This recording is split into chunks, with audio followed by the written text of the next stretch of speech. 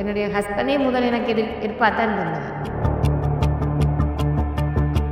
எதிர்ப்புகள் இருந்தது. நீ இதை செய்ய மாட்டேன், இதை இப்படியே விட்டுரு. இப்படி ஒரு சூழ்நிலையில் இருந்தும் கூட நான் ஒரு பெண்ணாக இருந்து சவால் நிறைய விஷயங்களை நான் குழந்தையிலேயே அப்படி தனியாக தான் வளர்ந்தேன்.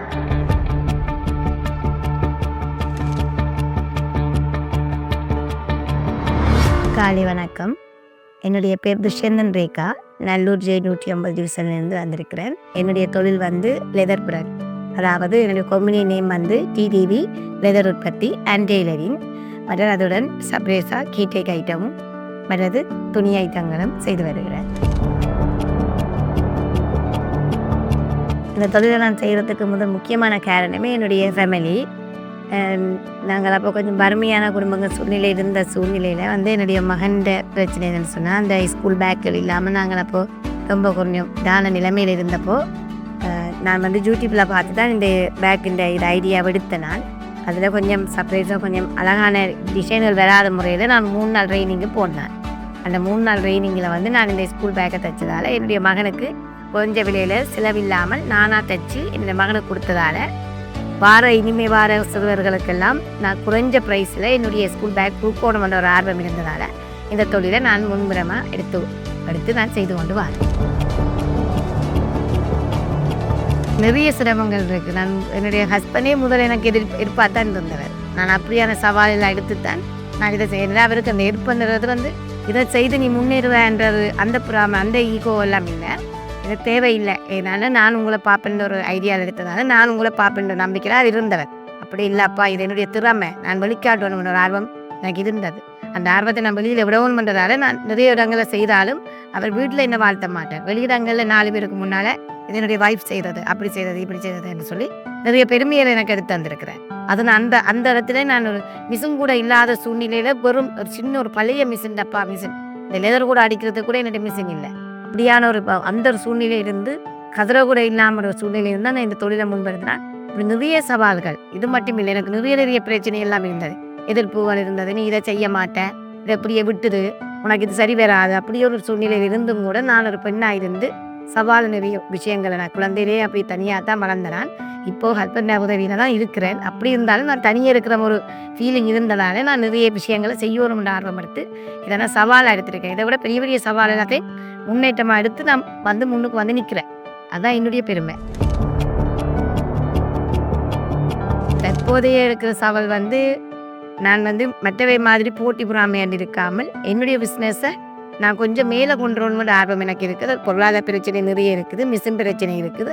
அதை எனக்கு இந்த டிபார்ட்மெண்ட், இந்த தொழிற்திணைக்கிற டிபார்ட்மெண்ட் பேரை சொல்லலாமல் நினைக்கிறேன். என்னுடைய தொழிற்திணைக்கிற மாவட்ட செயலாளர் தொழிற்திணைக்கிற வேறு ஐயா பிரதிவன் சார் என்றவர், அவர் என்னுடைய வீட்டு சூழ்நிலையை பார்த்துட்டு எனக்கு இப்போ லெதர் மிஷின் ஒன்று எடுத்து தந்ததால் இந்த பிஸ்னஸ்தாலும் நான் இப்போ பெரிய ஒரு பிஸ்னஸ்கார் ஆகிக்கொண்டு இருக்கிறேன். கீழே போவே இல்லை இன்னும். அதே எனக்கு ஒரு பெரிய சவால் தான். பாலியல் அந்த இது என்னன்னு சொன்னால் நிறைய பேரை வச்சு தான் செய்யலை. நான் தனியாக ஒரு ஆளைத்தான் நான் இதை செய்து கொண்டு வரேன். இப்போ ஒரு ஆள் செய்கிறேன்னு சொன்னால், இப்போ என்ன ஹஸ்பண்ட் தான் அதுக்கு எனக்கு துணையாளராக இப்போ இருக்கிறார். என்னென்னு சொன்னால், அவர் என்னுடைய தொழிலை செய்யணுமென்றதில்லை, ஆதரவு கொடுக்குறார். இப்போ நாங்கள் அதை செய்யணும், இதை செய்யணுமெண்டா நான் அதை ஹெல்ப் பண்ணுறேன். நீங்கள் தனியாக செய்யாதீங்க, நான் இப்படி செய்கிறேன், உங்களுக்கு கொண்டே நான் வெளியில் கொண்டே ஓடஸை கொடுக்குறேன், செய்தாரன். அப்படியான இதுகள் எனக்கு இருக்குது நிறைய.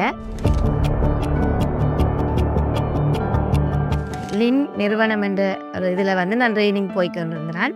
அவங்களுடைய ஆதரவு எனக்கு நிறைய ஆதரவு கொடுத்துருக்குறாங்க. நீங்கள் நார்மலாக போய்க்கொண்டிருக்கீங்க, டப்பு உயரணுமென்ற ஆர்வம் இருக்கக்கூடாது, நீங்கள் இப்படி தான் படிப்படியாக போகணும்னு சொல்லி எங்களுக்கு அது ஒரு ட்ரைனிங்காகவே எடுத்து தந்துருக்குறாங்க. இப்போ எங்களுக்கு அந்த ட்ரைனிங் வரும்போது ஒரு மாதம் எப்போ வருமென்று நாங்கள் எதிர்பார்த்து கொண்டிருக்கிறோம். ஏன்னா அந்த இடத்துக்கு போனால் ஒரு ஐடியா, நிறைய ஐடியாக்கள், அந்த கேர்ள்ஸ் எங்களுக்கு நிறைய ஐடியாக்கள் எங்களுக்கு சொல்லி தந்திருக்கிறேன். அவைக்கு நான் நன்றி சொல்லணும்ன்றது எதிர்பார்த்தேன். நான் வீட்டோட தான் ஒரு சின்ன ஒரு பிராந்தையில் தான் ஒதுக்கப்பட்ட ஒரு ஆளாக தான் நான் இந்த தொழிலை செய்து கொண்டு வரேன். எனக்கு அதுக்கு நான் மேலே செய்யணும்னு சொன்னால், எனக்கு ஒரு சின்ன ஒரு கடையை வீட்டோட போட்டு நான் தனியாக அதை ஒருக்க செய்யணும்ன்ற ஆர்வம் இருக்கிறேன். எங்களுக்கு வெள்ளக்காணி எங்களோட வீட்டில் செய்கிறேன்டா இந்த முறை வார வெள்ளத்துக்கண்டா வீட்டுக்குள்ள எல்லாமே தண்ணி போய் எங்களோட பொருள்கள் எல்லாம் சரியான சேதம் பண்ணி நட்டமாக போகுது எங்களுக்கு. இப்போ நான் ஒரு சின்ன ஒரு கடையை கொஞ்சம் உயர்த்தி வீட்டோட போட்டு அதை நான் செயற்படுத்தி செய்ய வேணும். அதுக்கு வந்து பொருளாதார பிரச்சனையும் இருக்குது. எனக்கு சிறு சிறு உதவிகளும் எனக்கு அந்த இதால் கிடைச்சி செய்யணுமென்றது தான் என்னுடைய இது. அதை எனக்கு செய்தந்தால் அது உங்களால் செய்ய முடியுமென்றதை நான் கேட்கல. அந்த உதவியை தான் நான் இப்போ எதிர்பார்க்கிறேன் என்று. இனி எதிர்கால திட்டம் வந்து எனக்கு என்ன சொன்னால், நான் தனியாக இப்போ செய்து கொண்டு வரதை நான் ஒரு 2 பிள்ளைகளை வச்சு அவங்களுக்கு ட்ரைனிங் ஃப்ரீயாகவே ட்ரைனிங் கொடுத்து 2 பிள்ளைங்களும் என்னோடையே வச்சுருந்து எனக்காக என்னோடையே பிஸ்னஸ் செய்து அவங்களுக்கு இந்த சம்பளத்தையும் கொடுத்து அவங்களையும் ஒரு தொழில் முயற்சியாளர் ஆக்கணும் என்றுதான் என்னுடைய ஆர்வம். அதே விருப்பம் எனக்கு இப்போ இல்லை. நான் தொடங்கின காலத்துலேருந்து இருக்குது. எனக்கு அதுக்கேற்ற உதவிகள் அதுகள் எல்லாம் எனக்கு இல்லாததால் நான் இப்போ தனியாகவே என் டைமுக்கு ஏற்ற மாதிரி செய்கிறேன். அதை நான் 2 பிள்ளைகளை வச்சு அதுவும் என்ன மாதிரியான வறுமை பிள்ளைகள் கணவர்கள் அந்த வாழ்வாதாரம் அப்படியான பிள்ளைகளை பார்த்து எடுத்து அவைக்கு நான் இந்த ட்ரைனிங்கை ஃப்ரீயாக செய்து கொடுத்து அதையே என்னோட வேலை செய்யக்கூடிய மாதிரி ஒரு காலத்து தொடர்ந்து என்னோட இருக்காமல் அவங்களும் ஒரு தனி கடை போட்டு அவங்களும் ஒரு தனியை இந்த இதால் நான் வந்திருக்கிறேன்னு சொல்லி இந்த பெருமையை இருக்கணும்ன்றது தான் என்னுடைய கடைசி ஆசை.